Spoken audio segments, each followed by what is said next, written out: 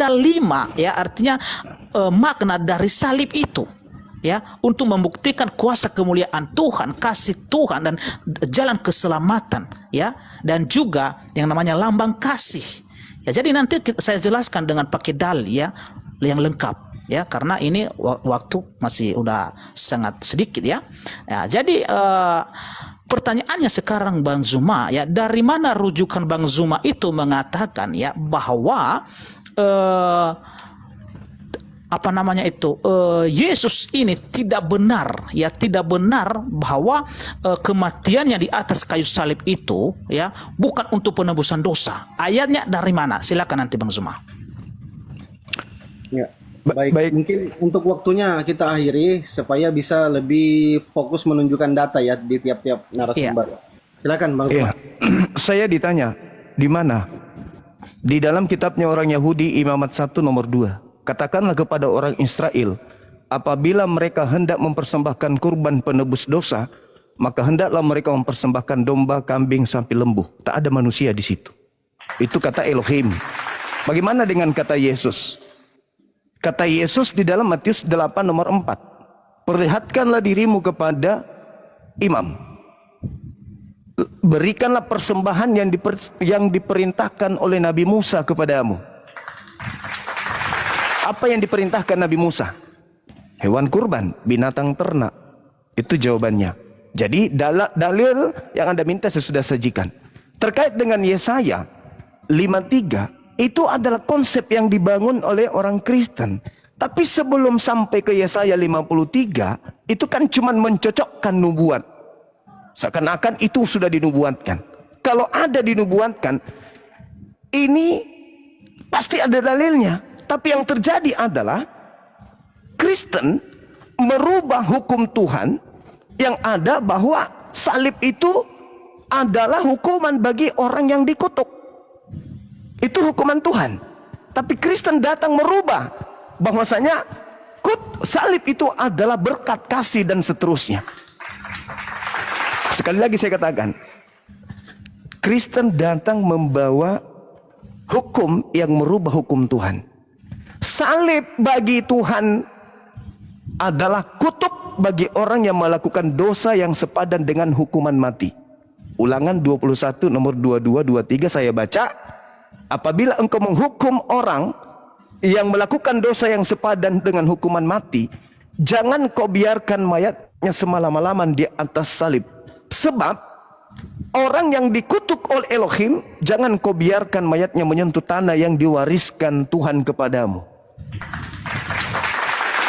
Tutup buku, tidak ada lagi hubungannya dengan Kristen di situ. Tapi muncul Kristen merubah hukum itu seakan-akan salib itu adalah berkat.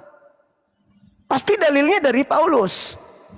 Berarti Paulus merubah kemudian hukum Tuhan. Hukum Tuhannya sudah final. Salib adalah hukuman bagi orang yang dikutuk oleh Elohim. Kalau mereka ingin mempersembahkan penebus dosa, solusinya hewan.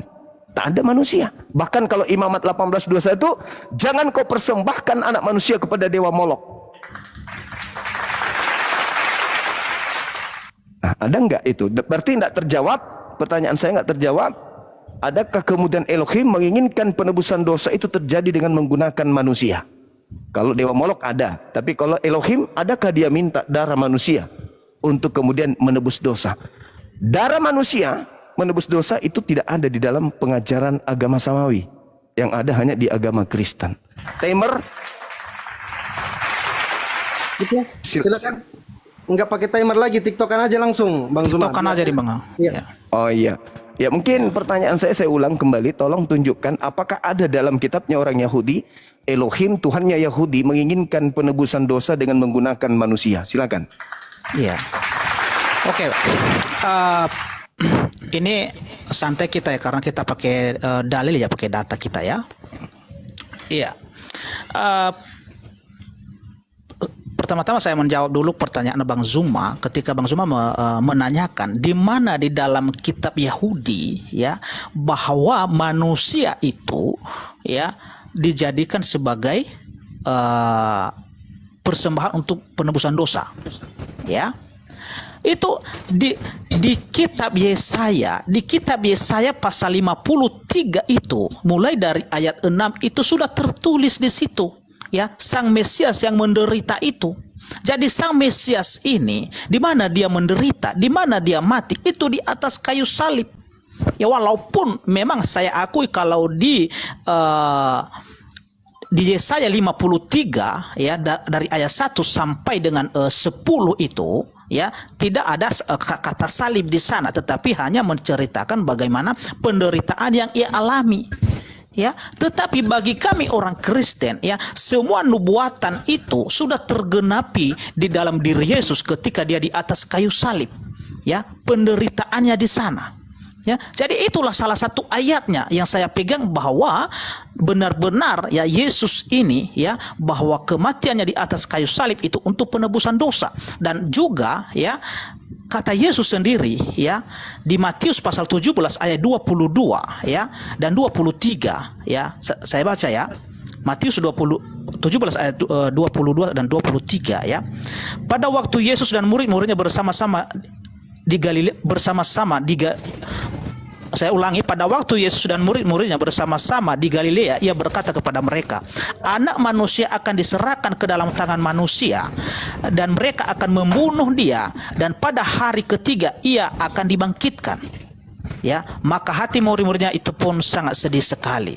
Pertanyaannya sekarang, apakah sudah terjadi seperti yang disampaikan oleh Yesus ini? Ya, jelas terjadi. Ya, terjadilah penyaliban itu. Ya, dia diserahkan di tangan-tangan orang Romawi ya kepada Raja Pilatus pada saat itu untuk disalibkan, untuk mati dan bahkan sampai bangkit dari antara orang mati. Ya. Jadi kalau pertanyaan itu pertanyaan yang mudah untuk dijawab itu Bang Zuma, ya. Jadi Bang Zuma tadi menyinggung ya kepada dewa Moloch, ya kan? Kalau dewa Moloch itu ya orang yang mempersembahkan ya anaknya kepada dewa Moloch itu bukan di atas kayu salib Bang Zuma, ya. Bukan di atas kayu salib, ya, bukan disiksa. Ya seperti Yesus. Tetapi itu dibakar dalam api. Jadi nggak bisa Bang Zuma sekarang artinya mengambil rujukan dari sana untuk menyanggah penyaliban itu. Ya, kalau dewa Moloch itu jelas itu dibakar. Ya, kalau orang mempersembahkan anaknya kepada dewa Moloch itu dibakar, bukan dengan jalan disalib atau disiksa, bukan. Ya. Nah, jadi kira-kira itu dari saya Bang Zuma. Kalau saya singkat-singkat aja gitu. Oke. Saya belum menemukan ya data.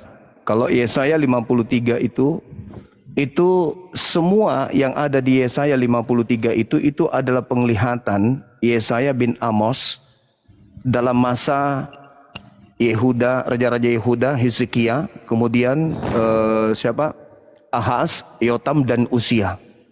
Itu adalah penglihatan Yesaya bin Amos tentang Yehuda dan Yerusalem.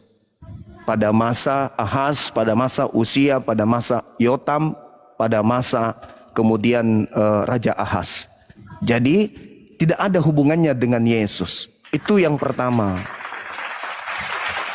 Yang kedua, saya simpulkan yang tadi ya, kitab Yesaya dari Yesaya 1 sampai Yesaya 66 itu penglihatan Yesaya bin Amos terkait dengan Yerusalem dan juga Yehuda pada masa Hizkia, pada masa Ahaz, pada masa Yotam dan juga pada masa siapa lagi? Yang satu? Yotam, Ahaz, Hizkia, kemudian Uzia. Nah, itu ada 4 masa yang bercerita tentang Yehuda dan Yerusalem. Dan itu tidak ada pada masa Yesus. Bukan diceritakan masa Yesus. Itu yang pertama, Bang. Yang kedua dari catatan saya ini, kalau Anda mengatakan Moloch bukan disalib, tetapi dipersembahkan. Dan tidak ada data di dalam kitabnya Yahudi seperti yang saya minta. Penebusan itu dengan salib. Tidak ada Tuhan memerintahkan nebus dosa dengan menyalibkan domba, atau menyalibkan sapi, atau menyalibkan kambing, atau menyalibkan kerbau. lembu. Itu tak ada. Di Keluaran 29 nomor 14, ambillah kulitnya, dagingnya, kotorannya, bakarlah di luar perkemahan, itulah korban penebus dosa. Tidak ada yang disalib. Tidak ada cerita domba disalibkan. Tidak ada. Atau kambing disalibkan, atau sapi disalibkan. Karena salib itu hanya diperlakukan untuk pelaku dosa. Sedangkan sapi, kambing, dan domba nggak mungkin berdosa. Mereka hanya disembelih untuk kemudian dijadikan korban. Nah, ini fatal. Kenapa? Karena tidak ada Tuhan menghapuskan dosa manusia dengan cara mengorbankan manusia di atas tiang salib. Yang disalib itu sekali lagi adalah orang yang dikutuk karena dia melakukan dosa besar. Jadi saya rasa terlalu muluk-muluk kalau saudara Kristen itu mengambil kitab Yesaya 53, karena itu tak ada hubungannya. Nah, dengarkan yang terakhir, Bang. Apa yang melatar belakangi kemudian orang Yahudi ingin membunuh Yesus? Apa karena Yesaya 53? Bukan. Gak ada hubungannya. Orang Yahudi ingin membunuh Yesus itu karena mereka iri, cemburu kepada kehebatan Yesus. Dengan menuduh Yesus itu sebagai orang yang kerasukan iblis. Yesus adalah tukang sihir. Dia kerasukan Basebul. Karena dia bisa membangkitkan orang mati, orang buta bisa melihat, orang lumpuh berjalan. Coba Anda lihat dalam Yohanes 11 nomor 45 sampai nomor 57. Ada orang yang melihat kemudian apa yang dilakukan Yesus kepada saudara Maria. Lalu kemudian dia pergi kepada orang Farisi. Lalu orang Farisi memanggil imam kepala mahkamah agama. Mereka rapat kemudian. Apa yang harus kita lakukan ini? Kalau kita biarkan Yesus, maka orang Roma akan datang merampas tempat suci kita dan merampas bangsa kita. Sehingga Imam Kayapas, imam kepala tahun itu juga mengatakan, kalian tidak mengerti. Maka dia Kayapas kemudian bernubuat tahun itu juga. Apa nubuat Kayapas? Yesus harus mati tahun ini juga demi bangsa Israel. Syukran, sahabat. Yesus harus mati demi untuk orang bangsa Israel dan bukan untuk bangsa yang lain. Itu dalam Yesaya Yohanes 11, Bang. Yohanes 11 nomor 49, nomor 52-nya, 53-nya, maka mulai hari itu mereka sepakat membunuh Yesus. Tuh. Maka mulai hari itu mereka sepakat membunuh Yesus. Kenapa mereka sepakat membunuh Yesus? Karena mereka tidak mau orang Roma datang merampas tempat suci mereka dan merampas bangsa mereka. Baca satu perikop, Yohanes 11 nomor 45 sampai nomor 57. Anda akan puas di situ. Jadi latar belakang orang Yahudi ingin membunuh Yesus adalah karena mereka takut bangsa mereka dirampas oleh Roma. Sedangkan orang Kristen muncul belakangan menjadikan Yesus harus mati karena dosa mereka orang Kristen. Padahal itu tidak ada alasan yang mendasari itu. Sehingga ketika orang Kristen ditanya, apa dasarmu? Lari ke Yesaya. Padahal Yesaya itu hanya bercerita tentang zaman raja-raja Yehuda yang saya sebutkan 4 tadi. Yotam, Usia, Aria, dan juga Hezekia. Gitu, Bang, silakan. Iya, baik. Tadi saya lupa ya menanggapi ketika Bang Zuma mengatakan semua penyaliban Yesus itu adalah konsep penebusan dosa itu melalui Yesus itu adalah dari Paulus, ya. Itu Bang Zuma saya tegaskan itu bukan hanya dari Rasul Paulus, ya, tetapi semua rasul, ya, itu mengatakan bahwa kematian Yesus itu di atas kayu salib adalah untuk penebusan dosa, bukan hanya Rasul Paulus. Salah satunya adalah Rasul Petrus. Saya baca ya, Rasul Petrus, ya. Ntar Bang, saya ambil Alkitabnya dulu saya. Ya, Rasul Petrus, ya. Di 1 Petrus pasal 2 ayat 24. Ya, saya baca ya. 1 Petrus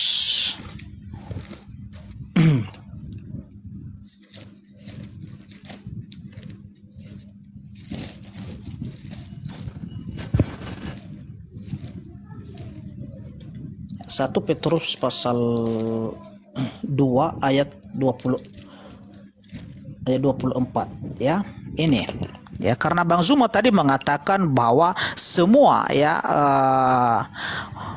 penebusan dosa itu melalui darah Yesus itu dari Paulus ya. Ini 1 Petrus pasal 2 ayat 24 ya. Beginilah firman Tuhan ya.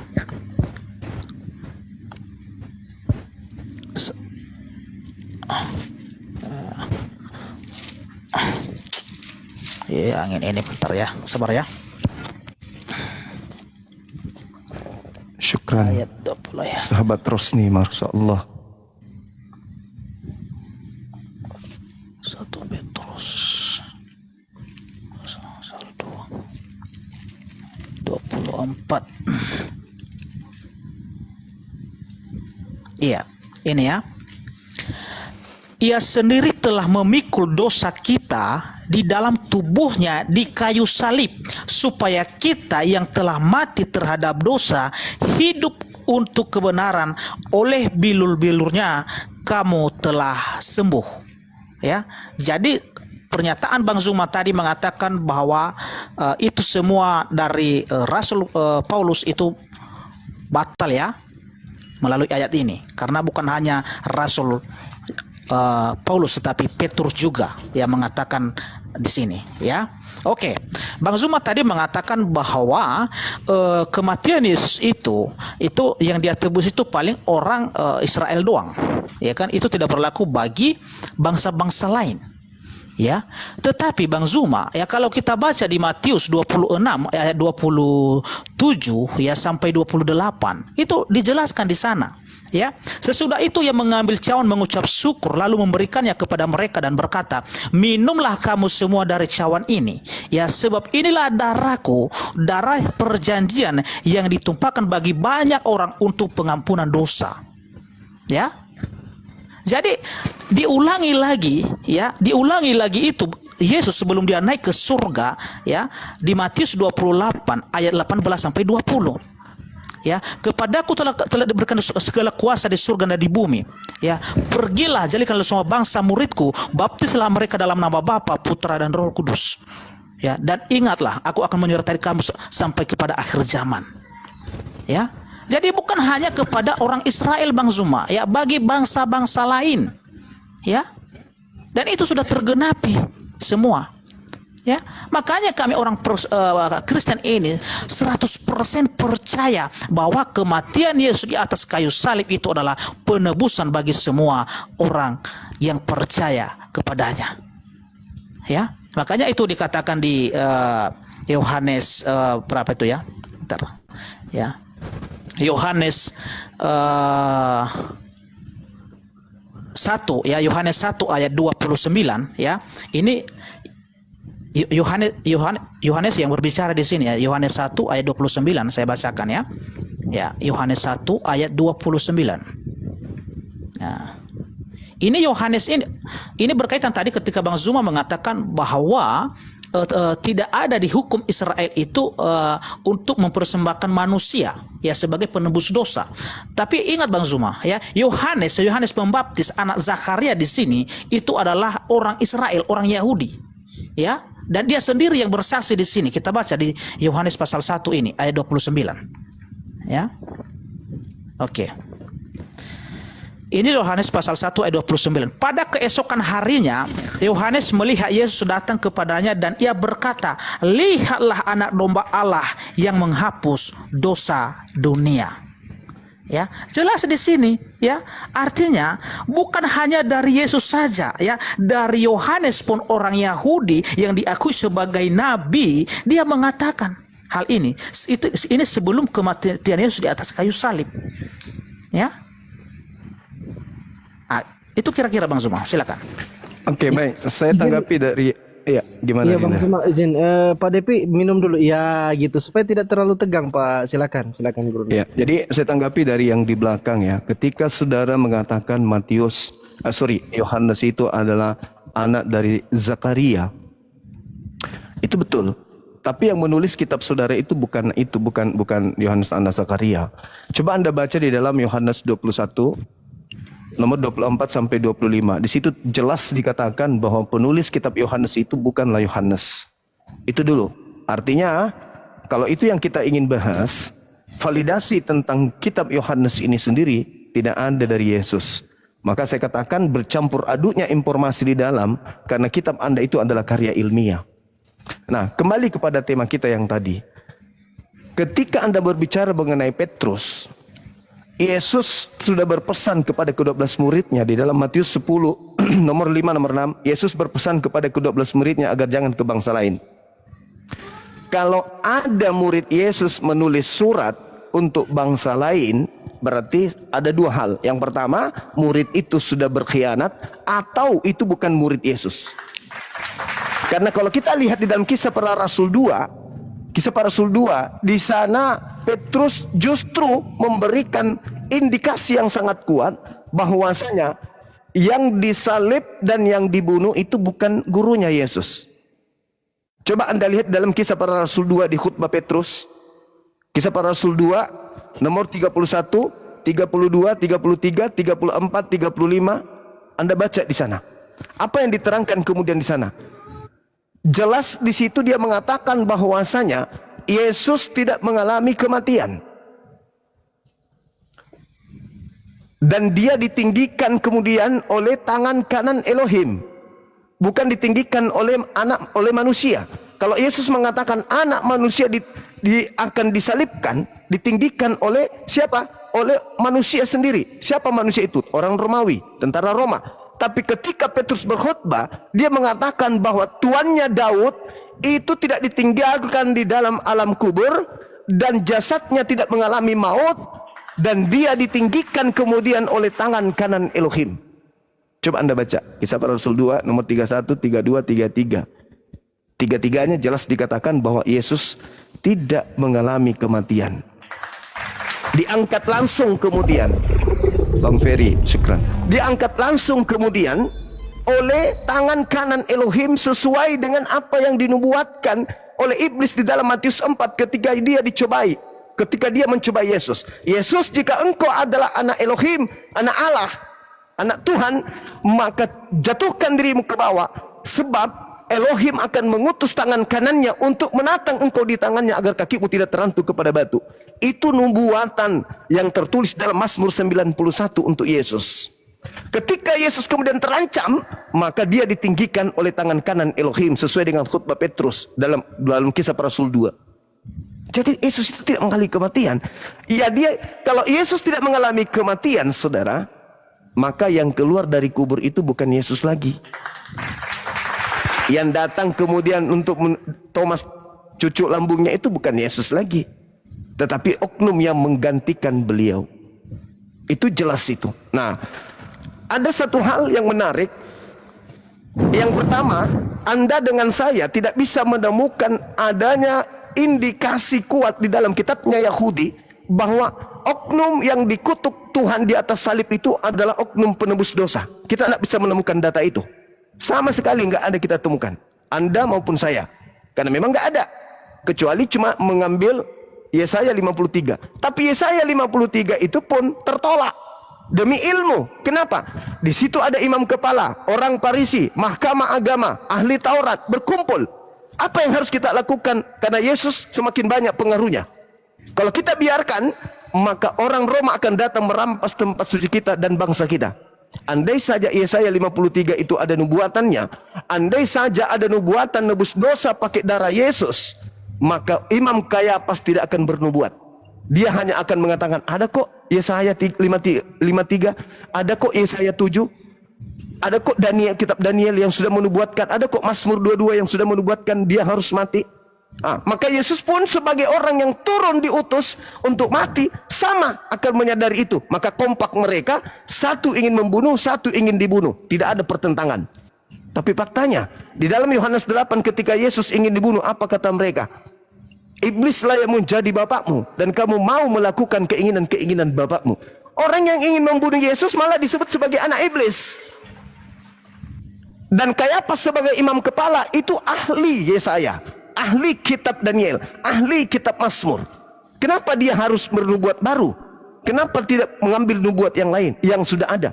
Tidak sama sekali. Kayafas bernubuat tahun itu juga bahwa Yesus harus mati untuk bangsa Israel saja.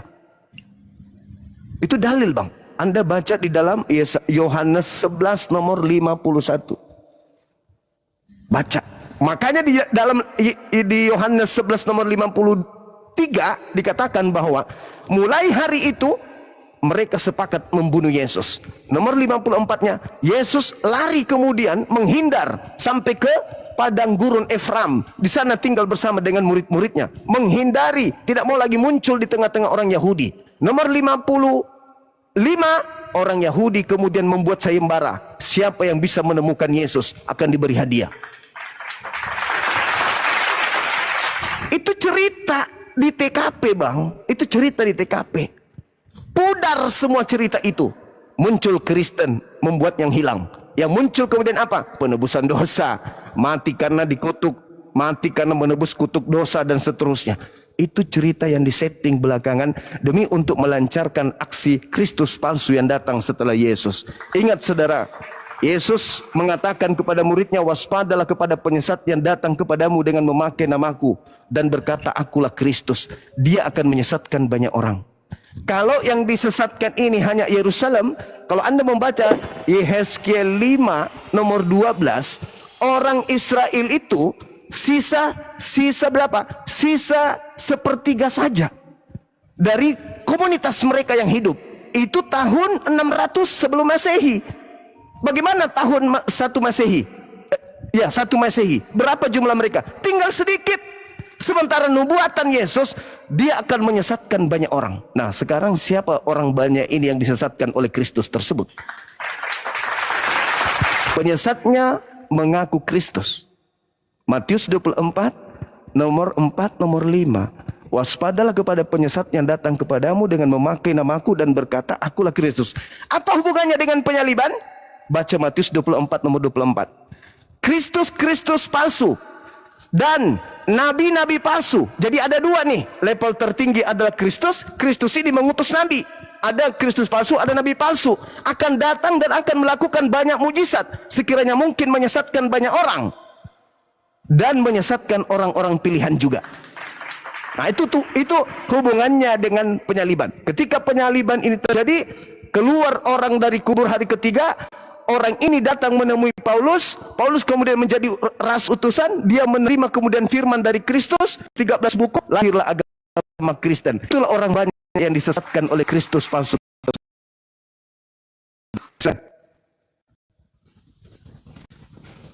Termit Pak Pendeta Depi itu. Menarik apa yang disampaikan oleh Bang Zuma ya saya tanggapi. Oke, ya pertama-tama yang saya tanggapi ketika Bang Zuma mengutip Kisah Para Rasul ayat 30. Ya, saya coba bacakan ya. Kisah Para Rasul pasal 2 ayat 3. Ya. Ini Bang Zuma sudah gagal paham dan perlu belajar lagi untuk Alkitab ini Bang Zuma. Ya. Ya. Tetapi ia adalah seorang nabi dan ia tahu bahwa telah berjanji pada dengan sumpah bahwa ia akan mendudukan seorang dari keturunan Daud sendiri di atas tahtanya. Ya. Itu ayat itu Bang Zuma berhenti sampai di situ. Bahkan ayat di 31 ini lebih menegaskan di sini apa katanya ya. Nah itu telah melihat ke depan dan telah berbicara tentang kebangkitan Mesias ketika ia mengatakan bahwa dia tidak ditinggalkan di dalam dunia orang mati dan bahwa dagingnya tidak mengalami kebinasaan. Ya. Oke lah. Yesus inilah, ingat Bang Zuma ya, 32 itu jawabannya. Ya, Yesus inilah yang dibangkitkan Allah dan tentang hal itu kami semua adalah saksi. Yang berbicara di sini adalah Petrus Bang Zuma. Ya. Jadi puji Tuhan karena Bang Zuma sudah mengakui ayat dari Kisah Para Rasul pasal 2 ayat 30 dan 31 ini, walaupun hanya Bang Zuma berhenti sampai di situ, tetapi jawabannya adalah ada di ayat 32. Ya, berarti ini Bang Zuma sudah mengakui bahwa Yesus itu adalah sudah bangkit dari antara orang mati. Oke Bang Zuma, terima kasih Bang Zuma. Oke ya, iya. Bang Zuma tadi mengatakan bahwa Yesus ini sebenarnya digantikan oleh orang lain. Ya, ada beberapa konsekuensi Bang Zuma kalau kita Bang Zuma mengatakan bahwa Yesus itu digantikan oleh orang lain. Ya, bagi kami orang Kristen, ya, itu kalau bukan Yesus yang di atas kayu salib itu, Bang Zuma, ya, pertama-tama bagaimana tadi kesaksian Yesus tentang dirinya sendiri di Matius pasal 17 ayat 22 dan 23. Saya baca dulu Bang Zuma, ya. Oke. Matius 17 ayat 22 dan 23, ya. Pada waktu Yesus dan murid-muridnya bersama-sama di Galilea, ia berkata kepadanya, Anak Manusia akan diserahkan ke dalam tangan manusia, dan mereka akan membunuh dia, dan pada hari ketiga ia akan dibangkitkan. Jadi yang saya percaya di sini, asumsi dari Bang Zuma atau pernyataan dari Tuhan Yesus itu sendiri. Itu satu. Kedua, ya, konsekuensinya Bang Zuma, kalau Bang Zuma mengatakan sekarang bahwa bukan Yesus yang disalib, ya, itu di atas kayu salib itu Bang Zuma ada 7 yang perkataan Tuhan Yesus yang ia katakan di atas kayu salib yang tidak mungkin dilakukan oleh oknum yang lain selain Yesus itu sendiri. Karena kenapa? Yesus pernah berkata, ya, kasihilah musuhmu dan berdoalah bagi mereka yang menganiaya kamu. Ya, jangan membalas kejahatan dengan kejahatan, tetapi balas kejahatan dengan kebaikan. Ya, tetapi ketika Yesus di atas kayu salib Bang Zuma, apa katanya di situ? Kita baca itu di Lukas 23 ayat 24, ya. Dia berkata demikian. Ya Bapa, ampunilah mereka karena mereka tidak tahu apa yang mereka perbuat. Itu satu Bang Zuma. Kalau bukan Yesus itu, ya. Ya, inilah keistimewaan Yesus itu. Artinya semua yang ia ajarkan, hukum-hukum yang ia ajarkan kepada para muridnya selama ia 33 tahun 6 bulan di dunia ini, dia sudah genapi itu semua Bang Zuma. Dan di atas kayu salib itu ketika dipaku tangannya, ya, ketika darahnya tercurah, ya, dia merasakan sakit, bukan kata kutukan yang keluar dari mulut, tetapi dia mengampuni. Ya, di Lukas 23 ayat 24, ya.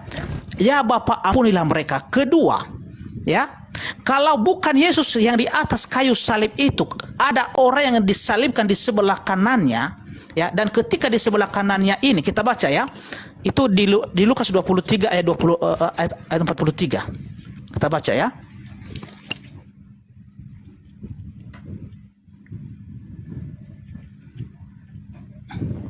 Lukas 23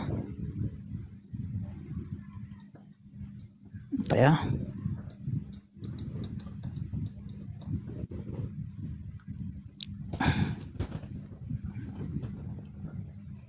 Ayat 43. Iya. Kita baca dari ayat sebelumnya, ya. Ya. Dari ayat 39 aja kita baca biar jelas Bang Zuma, ya. Injil Lukas pasal 23 ayat 39 sampai 43. Seorang dari penjahat yang digantung itu menghujat dia, katanya, bukankah engkau adalah Kristus? Selamatkanlah dirimu dan kami. Tetapi yang seorang menegur dia, katanya, tidakkah engkau takut juga tidak kepada Allah, sedang engkau menerima hukuman yang sama? Kita memang selayaknya dihukum, sebab kita menerima balasan yang setimpal dengan perbuatan kita. Tetapi orang ini tidak berbuat sesuatu yang salah. Lalu ia berkata, Yesus, ingatlah akan aku apabila engkau datang sebagai raja. Apa kata Yesus? Kata Yesus kepadanya, aku berkata kepadamu, sesungguhnya hari ini juga engkau akan bersama-sama dengan aku di dalam Firdaus. Itu kedua Bang Zuma. Kalau ini orang lain, tidak mungkin berani dia menjanjikan Firdaus itu kepada orang yang di sebelah kanannya itu. Itu dua. Ketiga Bang Zuma, ya, itu karena Bang Zuma tadi membantah, menyanggah bahwa bukan Yesus yang disalibkan. Ya, ketiga, ya. Yesus ini kan punya ibu, ya, yang bernama Bunda Maria, ya. Itu di Yohanes 19 ayat 26, ya, dan 27. Apa kata Yesus, ya, kepada murid yang ada pada saat itu? Itu kepada Yohanes, inilah ibumu. Kalau bukan Yesus itu, mana berani dia mengatakan kepada salah satu muridnya yang ada pada saat itu, ya, menunjuk kepada bundanya Maria, ya, inilah ibumu. Itu ketiga, Bang Zuma. Keempat, ya, ketika Yesus mengatakan di atas kayu salib, Eli Eli lama sabachthani, Allahku Allahku mengapa engkau meninggalkan aku, itu sudah dinubuatkan itu, Bang Zuma, dan itu tergenapi di atas kayu salib, ya. Kalau kita baca itu, ya, Matius 27 ayat 46, ya, dan itu di kitab Mazmur ada itu, nubuatan itu ada di kitab Mazmur, ya, dan itu tergenapi di atas kayu salib. Kalau orang lain tidak mungkin orang itu mengeluarkan kata-kata itu, Eli Eli lama sabachthani. Tidak mungkin orang lain menggenapi nubuatan itu, Bang Zuma. Ya.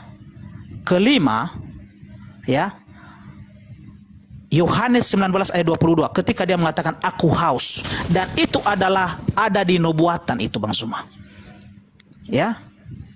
Oke, Pak Depi, sudah terlalu panjang, kalau bisa batas 5 aja. Ya, oke, silakan. Silakan. Oke, sampai di situ silakan. Sudah 10 menit. Jadi saya katakan bahwa kitabnya orang Kristen ini, Paulus aja nulisnya itu tahun 50-an. Jadi puluhan tahun setelah tragedi penyaliban.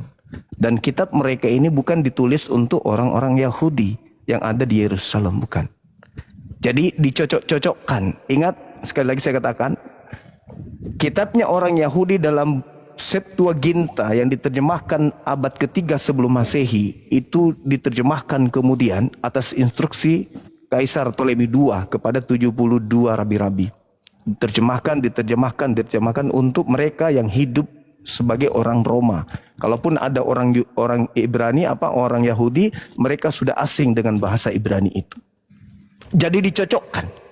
Makanya tadi saudara kita ini mencocokkan ke Mazmur, mencocokkan ke Yesaya, mencocokkan, semua dicocokkan.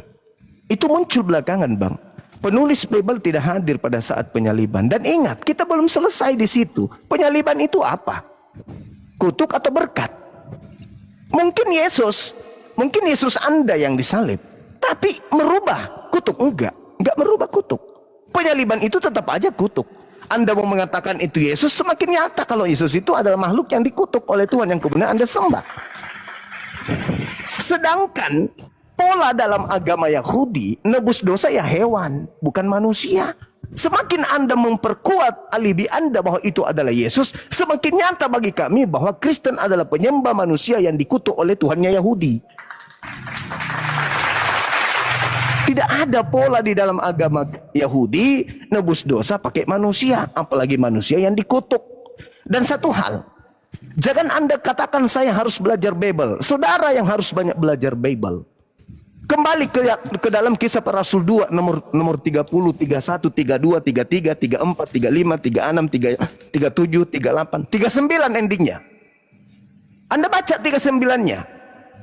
Ketika mereka kemudian sudah melakukan penyaliban, mereka diminta oleh Petrus, bertobatlah kalian. Kalau salib itu nebus dosa, ngapain harus bertobat? Dan lucu, Anda membawa Lukas 23 nomor 24. Bapak, ampunilah mereka loh, katanya salib itu nebus dosa. Kok nggak sesuai banget? Terus kemudian Anda mengatakan, dia berkata kepada orang yang di sampingnya, hari ini juga kau bersama dengan aku di Firdaus. Buktinya apa? Ada buktinya, hari itu juga dia ke Firdaus? Enggak ada. Bahkan orang Kristen sekarang kalau mati, membusuk di kubur, enggak ada ke Firdaus. Jadi itu hanya obat kuping bagi orang yang tak berakal. Sekali lagi saya katakan kepada saudara, khotbah Petrus itu adalah penentu. Di Kisah Para Rasul 2 di sana, 1. Di situ ada kesalahan lembaga Bible Indonesia sengaja kemudian memutarbalikkan terjemahan.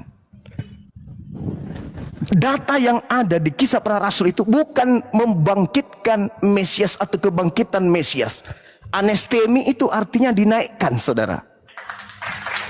Dinaikkan, diangkat, bukan dibangkitkan. Kalau dibangkitkan dalam bahasa Yunani itu zao. Anda belajar lagi, zao baru dibangkitkan. Di situ anestemi artinya dinaikkan atau diangkat. Bal rafa'ahullah, diangkat ke atas. Kemudian yang diangkat ini kawan tidak ditinggal di alam kubur. Nomor 31, 32 dan tidak mengalami kematian. Di dalam bahasa Yunani jelas dikatakan bahwasanya diaspora. Diaspora itu artinya tidak mengalami kebinasaan alias tidak menjadi mayat. Alias tidak menjadi orang mati, tidak binasa. Tidak binasa artinya tidak mati. Sedangkan dia diangkat oleh tangan kanan Elohim. Kalau Anda membaca Mazmur 118, Anda akan tahu bahwa ternyata Elohim ketika mengangkat kemudian orang seperti Musa, maka yang diutus itu adalah tangan kanannya. Siapa itu? Malaikat-malaikat yang datang kepada Nabi Musa. Anda baca di dalam Mazmur 118, kemudian nomor 16, dan juga ada di kitab Keluaran. Jadi tangan kanan Tuhan itu adalah malaikat yang diutus kemudian untuk menyelamatkan anak-anaknya, hamba-hambanya yang suci. Itu yang perlu Anda pahami. Jadi khutbah Petrus itu bukan berbicara mengenai Yesus yang Anda sembah, tetapi dia sedang berbicara tentang anaknya Maria yang diselamatkan dari kematian. Tidak mengalami pembusukan, tidak mengalami kebinasaan, kemudian dia dagingnya tidak mengalami kematian. Disebut di situ, Bang, disebut Kisah Para Rasul 2 nomor 31, dagingnya tidak binasa. Anda ngerti nggak itu? Dagingnya tidak binasa artinya apa? Tidak mengalami kematian. Sedangkan, nih perhatikan nih. Ketika Yesus didatangi oleh orang Farisi di Matius 12 nomor 38, "Guru, berikan kami satu tanda." Yesus berkata apa? "Angkatan jahat ini minta satu tanda dan tidak akan diberikan satu tanda apapun kecuali apa? Tanda Yunus.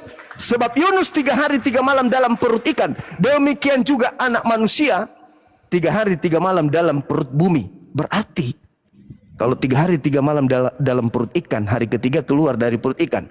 Perut bumi berarti hari ketiga keluar dari perut bumi. Itu tanda untuk siapa? Tanda untuk angkatan jahat. Tanda, hadiah untuk angkatan jahat. Apa itu? Bangkit pada hari ketiga. Jadi yang beriman kepada penyaliban, beriman kepada kebangkitan, itu adalah angkatan jahat. Sama, kembali kepada Kisah Para Rasul 2 nomor 40 di data 39-40, Petrus sendiri mengatakan bahwa mereka yang menyalibkan Yesus itu adalah angkatan jahat. Maka Petrus mengatakan bertobatlah. Jadi ada dua, saudara, ada dua. Penyaliban terjadi terhadap Yesus itu tidak dilakukan kepada anak Maria, tetapi dilakukan kepada oknum yang Sekarang saya ingin bertanya supaya mengerucutkan permasalahan, jangan lebar kita. Menurut saudara, ketika Paulus berkata dalam Galatia 3 nomor 13, terkutuk, Kristus telah menebus Kristen dari kutuk hukum Taurat dengan jalan menjadi kutuk karena Kristen aja yang nerima, Islam enggak. Sebab ada tertulis, terkutuklah dia yang mati di atas tiang salib. Itu ucapan Yesus, itu ucapan Paulus. Sebab ada tertulis, tertulisnya di mana? Ulangan 21 nomor 22 23.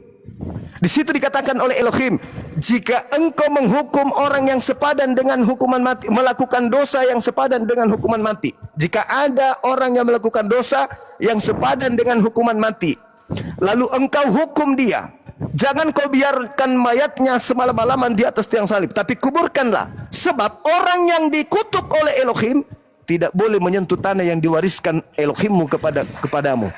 Ada dua hal di situ, Bang. Yang pertama, orang yang melakukan dosa besar. Yang kedua adalah orang yang dikutuk Elohim. Siapa di antara dua oknum ini yang memenuhi syarat untuk disalib? Yudas atau Yesus? Yang pertama, pelaku dosa yang sepadan dengan hukuman mati. Ingat di dalam Ulangan 27 nomor 25, terkutuklah orang yang makan suap. Siapa yang makan suap? Yudas Jangan atau melebar. Yesus? Jangan melebar kemana-mana Bang Zuma. Ini nggak melebar. Saya malah kembali kepada poinnya. Yang dikutuk adalah pelaku dosa yang sepadan dengan hukuman mati, dan yang disalib adalah orang yang dikutuk. Pertanyaan saya, siapa yang memenuhi syarat untuk kedua hukum Tuhan ini? Yesus atau Yudas? Silakan. Ya, oke. Begini ya, pertanyaan Bang Zuma itu tidak ada kaitannya itu. Yang abang kutip di kitab berapa tadi itu? Ulangan 21. Oh, kitab Ulangan. Ya. Itu Paulus yang mengutip, bukan ya, saya. Itu saya tegaskan itu tidak ada kaitannya. Jadi maksud dari Galatia 3 ayat 13 itu Bang Zuma, saya jelaskan, saya bacakan ya. Iya. Nanti biar Anda jelas. tunjukkan tertulis di mana itu yang dikutip Paulus. Sebab ada tertulis. Itu tertulis di mana? Silakan.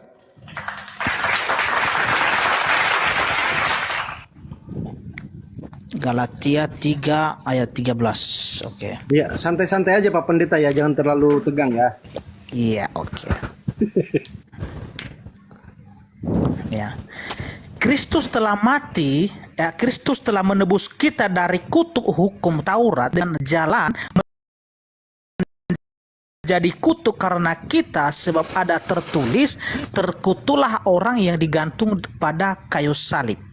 Ya, Yesus Kristus telah membuat ini supaya di dalam Dia berkat Abraham sampai kepada bangsa-bangsa lain, sehingga oleh iman kita menerima roh yang telah dijanjikan itu. Ya, Pertanyaan saya, yang di mana? Sebab terkutuk dia digantung di atas tiang salib. Itu tertulis di mana, Bang? kita cari dulu ya. Iya, silakan.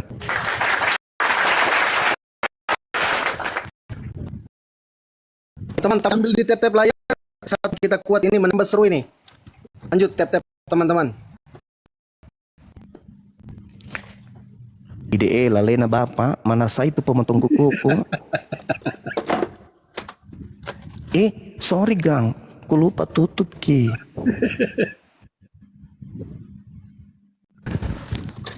Bang Zuma mempertanyakan di kita ulangan ya. Ya, tadi kan Paulus mengutip. Sebab Ya. ada tertulis, terkutuklah dia yang digantung di atas tiang salib. Ya, di Itu ulangan tertulis di mana? ya, di ulangan 21 ayat 23. 21 sampai 23, 22 sampai 23. Ulangan pasal 21 ayat 23, Bang. Dari dua-duanya dulu. Oke, bentar ya. Ulangan 20 kita baca ya. Ulangan 21.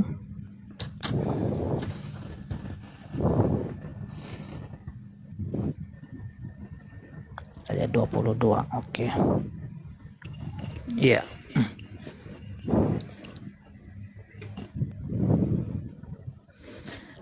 Apabila seseorang berbuat dosa yang sepadan dengan hukuman mati, lalu ia dihukum mati, kemudian kau gantung dia pada sebuah tiang, maka janganlah mayatnya dibiarkan semalam-malaman pada tiang itu, tetapi haruslah engkau menguburkan dia pada hari itu juga, sebab seorang yang digantung terkutuk oleh Allah. Janganlah engkau menajiskan tanah yang diberikan Tuhan Allahmu kepadamu menjadi milik pusakamu. Pertanyaan Bang Zuma di sini mana? Pertanyaan saya, Yes, Paulus mengutip itu, dan di situ dikatakan pelakunya adalah pelaku dosa yang sepadan dengan hukuman mati, satu. Yang kedua, pelakunya adalah oknum yang dikutuk oleh Elohim. Pertanyaan saya, yang pas untuk duduk di situ, Yesus atau Yudas?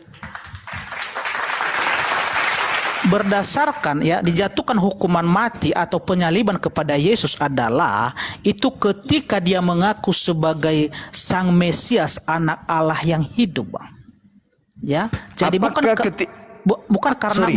bukan karena dia sudah berbuat dosa, bukan karena ada kesalahannya, tetapi hasutan pun dari orang banyak ketika mereka mengatakan salibkan dia, dan itu kan sudah mulai ketika Raja Pilatus menjatuhkan hukuman kepada dia, itu berdasarkan pengaduan dari imam-imam besar bahwa dia pernah mengatakan dia adalah anak Allah, dia adalah Mesias. Itu alasan orang Yahudi untuk menyalibkan dia, bukan karena dia berbuat dosa, bukan, Bang Zuma. Jangan disalahpahami itu. Berarti salah salib. Bukan salah salib. Loh, yang disalib salib. harus pelaku dosa. Ya. Bukan Yang salah salib. disalib ini Ya, harus malah, pelaku dosa. Begini Bang Zuma, malah aku yang balik bertanya sekarang. Pastikan sesuai tuduhan Bang Zuma tadi mengatakan bahwa bukan Yesus yang disalibkan. Jadi menurut Bang Zuma siapa? Kan tadi saya bertanya, Bang. Yang duduk di sini orang yang melakukan dosa yang sepadan dengan hukuman mati dan orang yang dikutuk oleh Elohim. Dialah yang disalib, bukan yang lain. Sekarang yang dia disalib ini Yesus atau Yudas yang memenuhi syarat? Iya. Kenapa Yesus disalib? Kan udah saya jelaskan tadi. Kenapa Enggak, Yesus disalib? bukan masalah kenapa. Iya.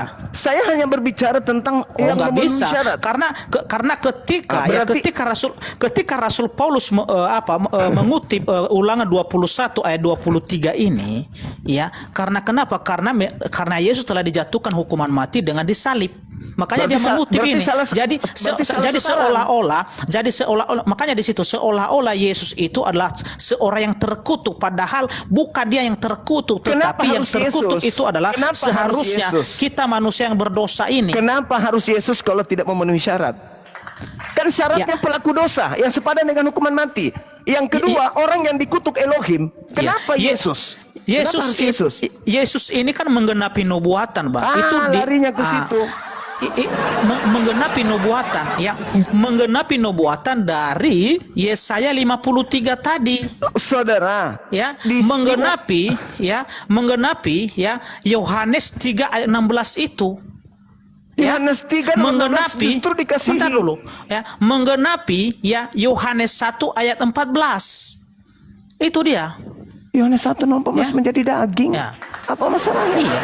Nah, kita bacakan di situ, Bang. Pertanyaan Nah. saya, siapa yang memenuhi syarat untuk dikutuk oleh Elohim? Karena yang mengutuk di sini Elohim.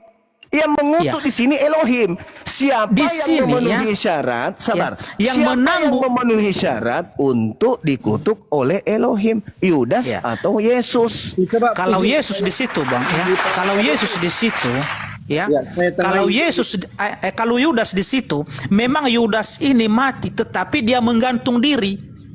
Iya, itu cerita belakangan itu, bukan itu. itu belakangan, Ya. itu cerita belakangan, saudara. Ya. Ini dulu, syarat untuk disalib, syarat untuk dikutuk oleh Elohim itu adalah melakukan dosa yang sepadan dengan hukuman mati.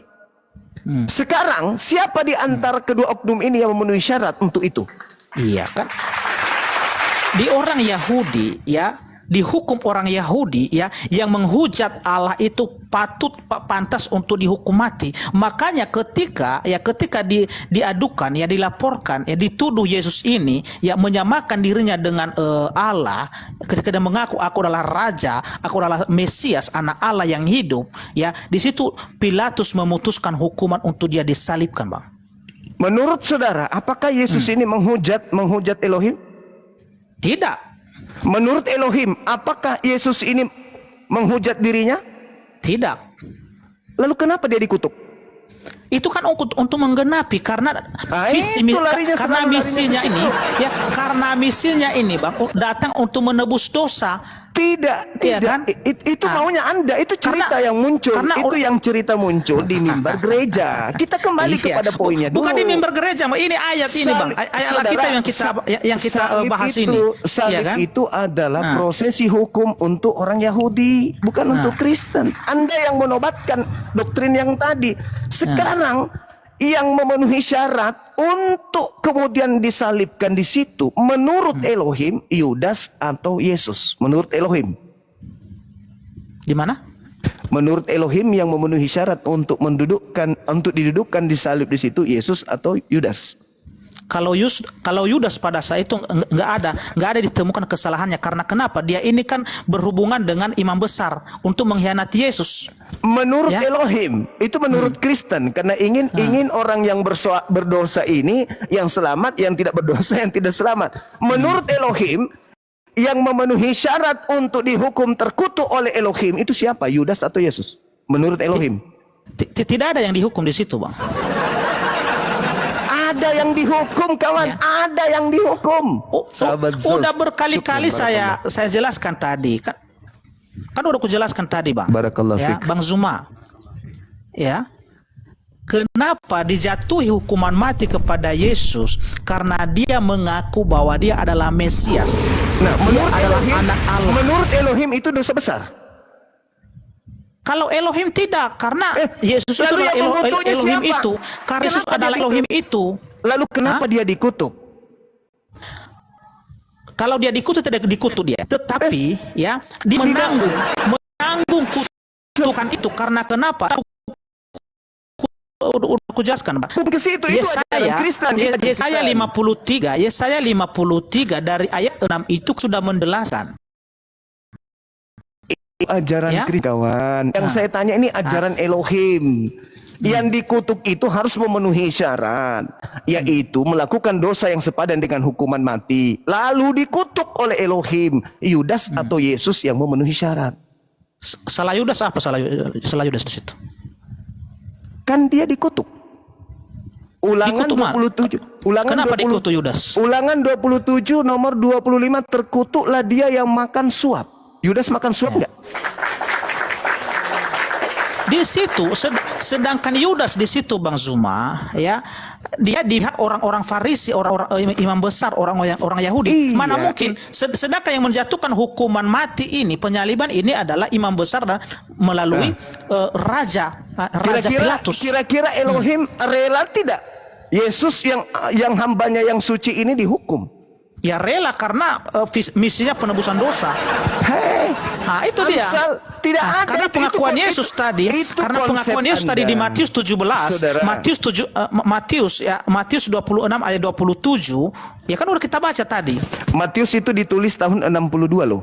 Oh, itu masalahnya. Kalau abang nggak percaya itu masalahnya. Ya, bukan ini kita berbicara mengenai Matius. Iya. Artinya tulisan itu muncul untuk dicocok-cocokkan dengan pesanan Roma. Bukan dicocok-cocokkan, Bang. Oh, Ya, iya ini dong. sudah sesuai Sekarang kalau ini. tidak dicocokkan, sekarang kalau semua dicocokkan- nubuatan itu sudah tergenapi dalam diri Yesus. Itu dia karena Nah, itu Kristen. dia.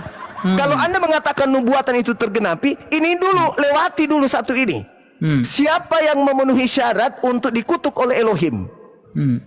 Yudas atau Yesus? Yudas itu kan sudah menghukum dirinya sendiri, sudah menggantung diri. Sebelum kawan. Ingat, di dalam Keluaran kata Yesus begini, di dalam Lukas 24 nomor 44, harus tergenapi semua perkataan yang tertulis tentang aku di dalam kitab Taurat. Bentar, Di dalam kitab Taurat, saya minum dulu ya. iya silakan. Di dalam kitab Taurat, Keluaran 23 nomor 7, dusta jangan kau hemburkan. Orang yang tidak bersalah jangan kau bunuh. Orang yang benar jangan kau bunuh. Menurut Elohim, apakah Yesus boleh dibunuh? Dalam konsep penembusan dosa boleh. Mana dalilnya? Ya? Mana Itu tadi. dalilnya? Itu Matius 26 ayat 27. Itu menurut Matius. Yang saya Iya. tanya menurut Elohim. Menurut Elohim, bisakah Yesus itu dibunuh? Menurut Elohim. Bisa. Mana dalilnya? Ya. Ini tadi udah kita baca tadi, Bang. Yang mana? Yang mana? Hah? Bahkan Yesus sendiri yang mengatakan dia akan Elohim, mati. Yang saya tanya Ya? Elohim, yang saya tanya Elohim. Yang saya tanya Elohim. Menurut Elohim, bisa tidak Yesus manusia suci, hambanya yang suci ini dikurbankan untuk nebus dosa-dosa orang Roma? Orang-orang berdosa. Boleh nggak? Boleh. Mana dalilnya? Oke. Silakan. Elohim itu di perjanjian lama, Pak Pia. Elohim itu di perjanjian lama. Silakan, Pak. Lalu kalau di perjanjian baru apa namanya? Markus, Lukas, Matius, Yohanes, itu Tuhan Anda rupanya. Yang saya tanya, makanya saudara, di awal saya katakan, salib itu hukum yang menghukumnya adalah atas perintah kita dalam firman. Paulus pun mengaku itu ada tulis terkutuklah dia, berarti harus firman Elohim. Ulangan 21 Anda membacanya pun tadi. Nah sekarang pertanyaannya, berkata harus tergenapi semua yang tertulis tentang aku dalam kitab Taurat.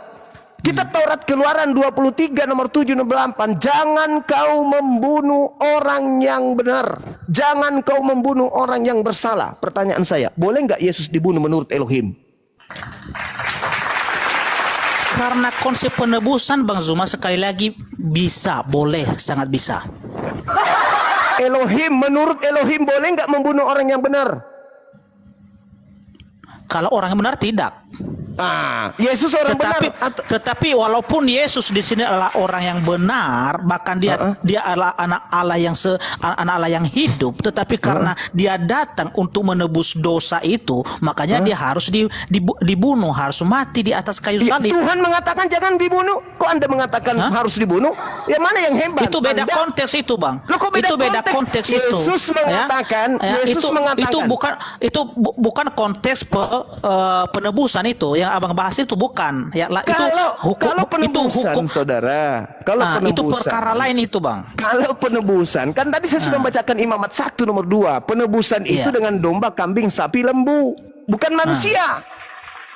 Jangan kau membunuh orang yang tidak bersalah. Jangan kau bunuh orang yang benar. Pertanyaan saya, sekali lagi saya ulang ini ketiga kali. Boleh nggak Yesus dibunuh menurut Elohim?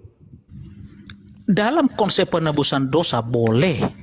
Di mana dalilnya itu? Di mana dalilnya? Ini. Di mana? Yohanes 1 ayat 29.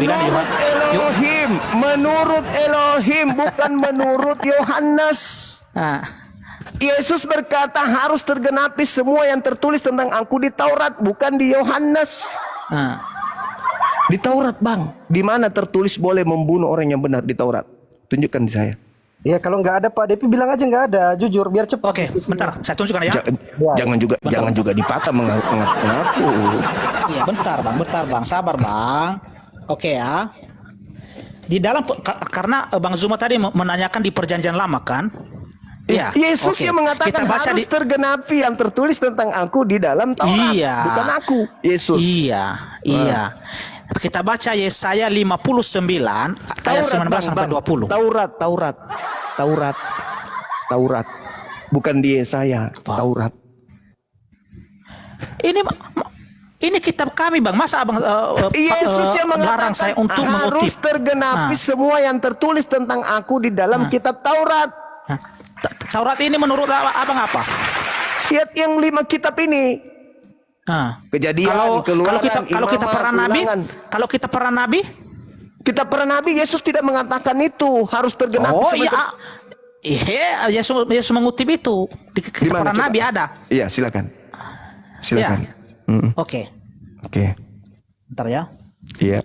Ya minum juga Pak Pendeta, jangan sampai kering kerongkongan, dehidrasi nanti. Aduh.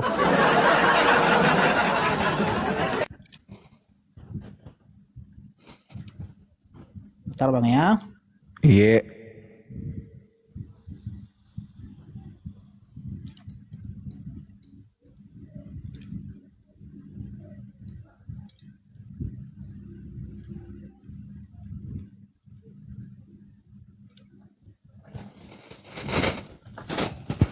Udah potong kuku Bang Zuma? Nggak ada gunting.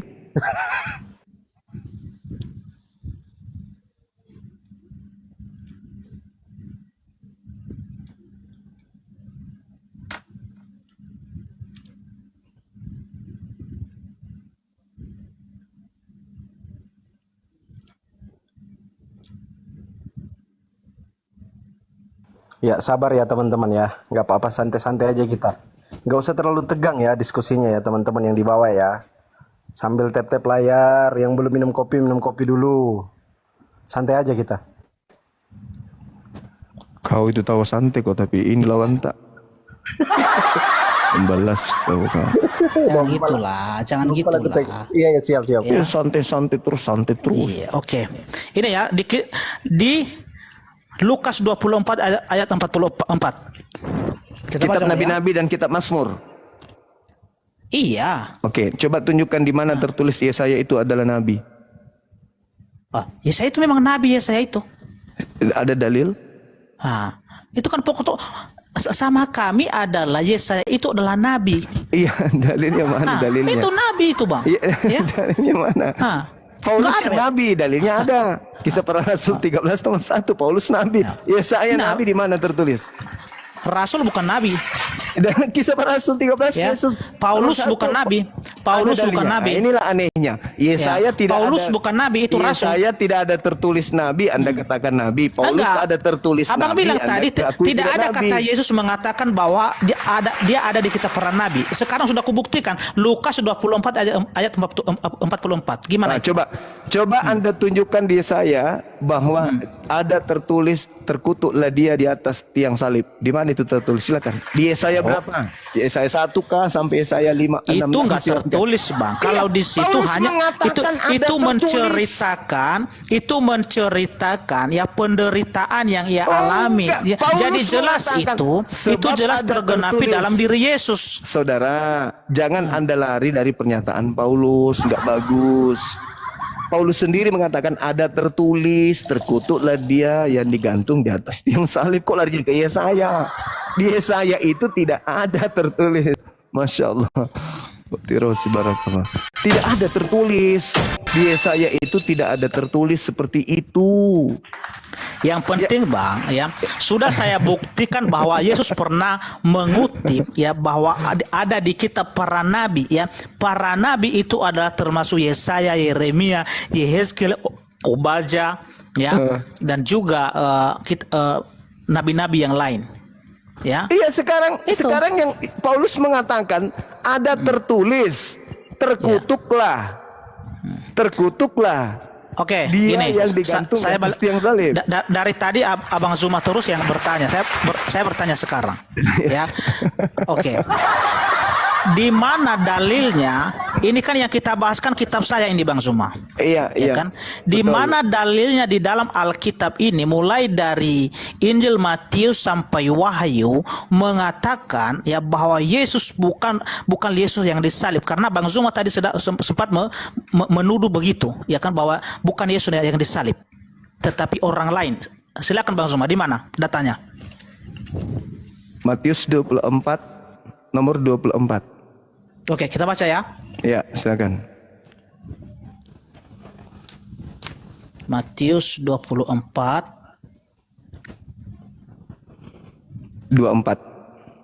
ayat 24. Oke, saya baca ya. Itu gali lubang itu sebenarnya Pak Depi kalau bahas itu, tapi nggak apa-apa lah, silakan kalau mau gali lubang. Lanjut. Jadi nggak bisa tadi ya. Yang terakhir itu yang memenuhi syarat untuk duduk Batal. sebagai terkutuk. Ya. Iya. Ini Yesus di sini yang ngomong, Bang ya. Iya. Yesus yang ngomong di sini. Iya. Ini warna merah ya. Warna Iya. merah di sini ya. Oke ya. Siap. Iya. Oke. Sebab Mesias palsu dan nabi-nabi palsu akan muncul dan mereka akan mengadakan tanda-tanda, dahsyat dan mujizat-mujizat sehingga kiranya mungkin mereka menyesatkan orang-orang pilihan juga. Di mana di sini mengatakan bahwa Yesus tidak disalibkan tetapi orang lain. Di mana, Bang? Jelas ada Kristus palsu? Yang saya tanyakan tadi ya, di mana dalilnya di dalam Injil mulai dari Matius sampai Wahyu mengatakan bahwa bukan Yesus yang disalib tetapi orang lain. Dalilnya mana, Bang? Anda tidak ngerti yang tadi itu?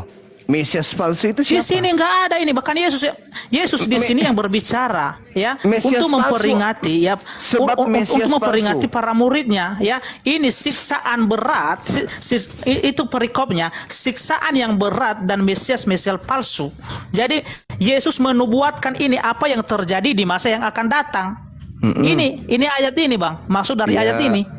Iya, tapi Mesias palsunya datang kepada murid-murid. Sekiranya pertanyaan mungkin saya tadi ya, karena Mesias ya kita bahas tadi kan Alkitab saya ini yang kita bahas. Di mana betul. dalilnya Iya, betul. Bang Zuma dapatkan bahwa Yesus bukan Yesus yang disalibkan tetapi orang lain. Dalilnya mana, Bang? Matius 24 ini Mesias palsu ini. Yesus yang menubuatkan, yang memberitahu kepada murid-murid pada waktu di masa yang akan datang ya, di masa yang akan datang ya ada Mesias palsu Ya, itu Penguasa yang akan datang. ya, makanya baca ya Bukan dari masa ayat yang akan 15 datang. itu ya, Bang Depi, di Pak, ayat 15 itu izin. ya dijelaskan ya. Jadi apabila kamu melihat pembinasa keji berdiri di tempat kudus menurut firman yang disampaikan oleh Nabi Daniel ya, para pembaca hendaklah memperhatikan, maka orang-orang yang di Yudea haruslah melarikan diri ke pegunungan. Ini Bang ya, artinya Yesus itu memberitahukan apa yang terjadi di masa depan, di masa yang akan datang. Bukan berbicara salib ini. Bukan itu Oke. konteksnya. Saya Izin, terangkan. Jadi Bang Zuma sudah ya Pak Depi, silakan. kalau bisa dijelaskan dulu sama Bang Zuma 3-4 menit baru Pak Depi tanggapi biar Iya. menarik temanya lagi. Ini nggak apa-apa, tema-tema lainnya. Saya terangkan ya, saya Silakan. terangkan. Sekarang Anda Ya, lihat silakan di Bang dalam- silakan Bang Zuma. Anda buka Matius 24 di situ kitabnya. Anda buka. Ya udah kita baca tadi Bang. Oke. Kita baca tadi Bang. Coba Anda baca nomor 3-nya. Oke, nomor 3. Oke. Udah lewat dari apa ini? Dari perikopnya ini. Iya. Baca aja, Bang. Oke. Supaya Anda tahu. Ini permulaan penderitaan ya. Oke. Iya. Oke. Nah, ketika Yesus duduk di atas bukit Zaitun, datanglah murid-muridnya kepadanya untuk bercakap-cakap sendirian dengan dia. Kata mereka, katakanlah kepada kami, bila manakah itu akan terjadi dan apakah tanda kedatanganmu dan tanda kesudahan dunia? Di mana di situ Bang? Ya. Itu ayat 3 itu. Yesus ditanya apa tanda kedatanganmu? Hmm. Apa Lanjut, tanda lanjut, Iya. lanjut. Ayat 4. Saya baca, Ayat saya 4. baca. Saya Itu baca. di situ ada jawabannya Bang. Iya, silakan. Ah, Tanda kedatangannya oke. nomor 4 bukan, salah. Salah. Ya. Justru itu bukan Waspadalah dia. supaya jangan ada orang yang menyesatkan kamu, sebab banyak orang akan datang dan memakai namaku dan berkata, akulah Mesias, dan Akulah mereka Yesus. akan menyesatkan banyak orang. Kamu akan mendengar deru perang atau kabar-kabar tentang perang. Namun berawas-awaslah, jangan kamu gelisah, sebab semuanya itu harus terjadi, tetapi itu belum kesudahannya. Oke. ya. Giliran Semua. saya menjelaskan. Ya, putus-putus saudara. Di mana ini disinggung masalah penyaliban? Di mana Oke. di sini? Nggak ada disinggung soal penyaliban di sini. Atau sabar dulu, Bang. Anda diam dulu, minum kopi dulu. Iya, silakan. Ketika Yesus ditanya di Bukit Zaitun, secara pribadi murid datang berbicara kepada Yesus, "Guru, apa tanda kedatanganmu?" Tanda kedatangannya dijawab di dalam data nomor 27. Sebab sama seperti kilat menyambar, cahayanya akan terpancar dari timur sampai ke barat. Demikianlah nanti kedatangan anak manusia. 1. Nomor 30. Tanda kedatanganku, matahari menjadi gelap, bulan tak bercahaya, bintang-bintang berjatuhan. Kemudian kuasa-kuasa langit akan berguncang, akan nampak aku di tengah-tengah langit, seluruh manusia akan meratap dan seluruh manusia akan melihat aku. Itu tanda kedatangan aku.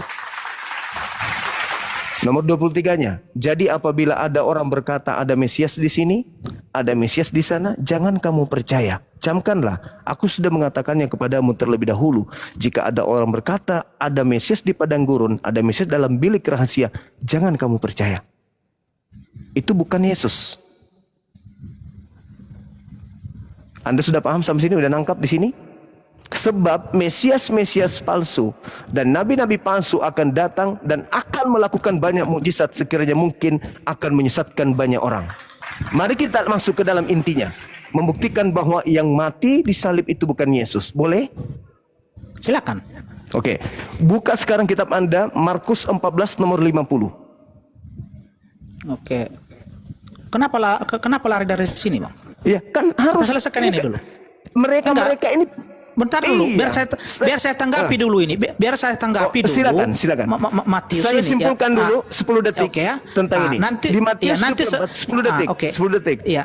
Di Ya, Matius oke. 24 ini, Yesus menasihatkan murid-muridnya di abad pertama, angkatan pertama, bahwa akan datang Mesias palsu dan nabinya untuk melakukan banyak mukjizat, sekiranya mungkin menyesatkan murid-murid pilihan juga. Itu kesimpulan saya. Tanda kalau dia bukan datang, tetapi palsu yang datang, matahari tidak menjadi gelap, bulan masih tetap terang, bintang-bintang tidak jatuh, kemudian kuasa-kuasa langit tidak berguncang, tidak nampak anak manusia di tengah langit, dan manusia di seluruh bumi tidak akan meratap. Kalau ada yang mengaku bertemu Yesus, itu bukan aku, kecuali dengan tanda-tanda tersebut. Silakan, mudah-mudahan Anda paham. Oke, saya tanggapi ya. Ini Bang Zuma luar biasa penyesatan Bang Zuma ini. Ya, karena mulai dari ayat 1 Matius 24 ini ya sampai dengan ayat berapa ayat ini sampai dengan 51 ya tidak ada menyinggung soal penyaliban di sini. Tetapi di sini adalah ya judul perikopnya khotbah tentang akhir zaman, bukan bicara soal penyaliban Bang Zuma. Ya. Oke ya. Jadi ini Yesus di sini menjelaskan kepada para murid bagaimana nanti terjadi apa yang terjadi nanti di akhir zaman itu, bukan menceritakan bagaimana penyaliban. Ya. Jadi di sinilah saya bilang tadi bersama Bang Zuma ya, silakan Bang Zuma belajar lagi untuk memahami Alkitab. Oke ya, karena semua yang Abang Zuma kutip di sini tidak ada itu diceritakan soal penyaliban. Sedangkan pertanyaan saya tadi ya, tunjukkan di dalam ayat Alkitab mengatakan, karena Bang Zuma tadi mengatakan bahwa bukan Yesus yang disalib tetapi orang lain. Di mana datanya itu dalam Alkitab? Tetapi Abang kutip ini bahkan sama sekali pun satu ayat pun di sini tidak ada yang menyinggung soal penyaliban. Oke, silakan Bang Zuma. Ya, ditanggapi lagi, silakan Bang Zuma. Saya heran, titel Anda ini apa? Pendeta atau STT, lulusan Enggak, STT? saya enggak ada sekolah, saya bukan Oh, pendeta. pantasan, wajar. Pantas. Anda kalau sudah mendengarkan penjelasan saya tadi tentang silakan. Galatia 3 nomor 13, ketika saya tanya Anda, siapa yang memenuhi syarat, Yesus atau Yudas? Itu sudah perjanjian baru. Anda mengatakan Yesus yang memenuhi syarat. Anda membantah firman Tuhan. Gini Bang Zuma. Sebenarnya, biar diam selesai dulu. Sebenarnya ketika Anda kepepet tidak bisa mendudukkan Yesus di situ sebagai orang yang dikutuk oleh Elohim, itu sudah terbukti sebenarnya pertanyaan Anda yang terakhir ini. Bahwa menurut kitab Anda sendiri, itu bukan Yesus, tetapi orang yang dikutuk oleh Elohim. Tapi Anda mencoba untuk terjun kemana-mana. Saya kembali kepada data 24 ini, Bung. Kalau ada Yesus penyesat lain dan datang kepada murid Yesus, selain yang keluar dari kubur dan yang datang kepada Paulus dan di Pulau Patmos, pertanyaan saya, Kristus palsu yang datang kepada murid Yesus itu yang mana? Yang menyesatkan banyak orang itu yang mana? Yang mengaku akulah Kristus itu yang mana? Tunjukkan ke saya. Ayo. Oke, saya jawab ya. Silakan. Oke.